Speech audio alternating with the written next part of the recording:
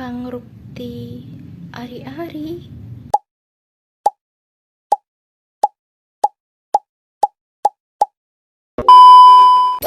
Halo kanca-kanca, ing video kali iki awak dhewe bakal ngerembuk tradisi Jawa sing menarik banget saking majalah penyebar semangat, yaiku Pangrukti Ari-ari.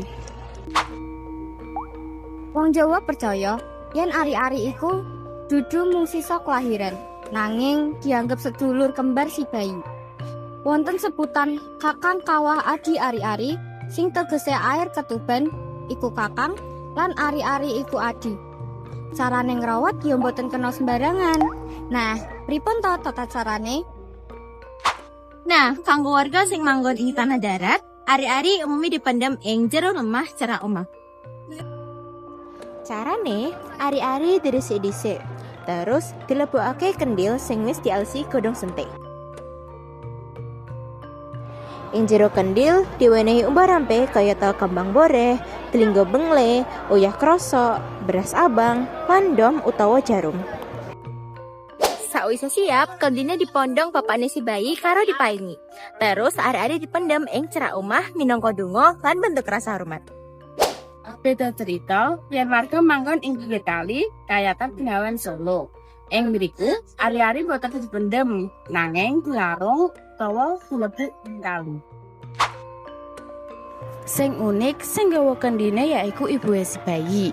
Ibuke munggah perahu menyang tengah kali. Terus kendine diundahake menyang banyu.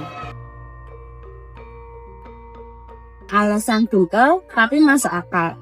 Warga pinggir kali kang asli kena banjir lan kudu omah. Wong dipendem ing tanah, dikuwatirke ari-ari kurang terawat. Sawise ari-ari dipendem utawa dilarung, acara selanjutnya dilanjutke kanggo upacara blokohan. Blokohan iku wujud rasa syukur amarga ibu lan bayine lahir kanthi selamat. Carane yaiku kanthi bagi-bagi panganan utawa berkat marang tangga-tangga lan kanca-kanca, kaya tes dawet, pecel pitik lan macem-macem peyem. Blokohan uga dadi sarana ngrekate silaturahmi karo tangga sekitar.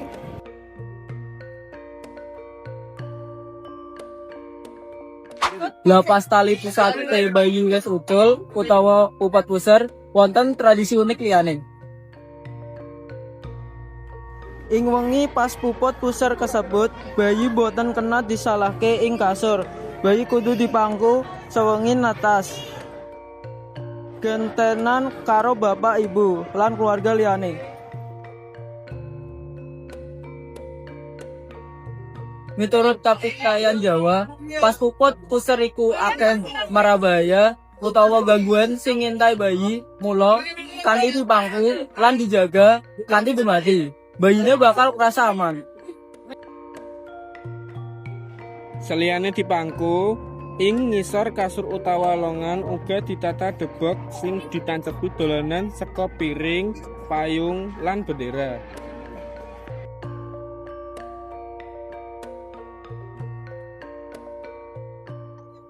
Iki fungsine minangka pengalih perhatian kanggo makhluk halus supaya boten ganggu si bayi lan ibune. Reroncening tradisi pangrukti ari-ari lan sakabehing tata cara kasebut minangka wujud rasa syukur serta donga pangarep-arep marang Gusti supaya si bayi tansah diparingi keselamatan. Saben uparampe lan tata cara sing ditindakake ngandhut nilai filosofi luhur warisaning leluhur sing patut dijaga. Muga-muga kanthi ngerteni makna ing saemburine tradisi iki, kita bisa bebarengan nguri-uri lan jaga luhuring kebudayaan Jawa supaya tetep lestari lan ora ilang katut oah-oahan jaman.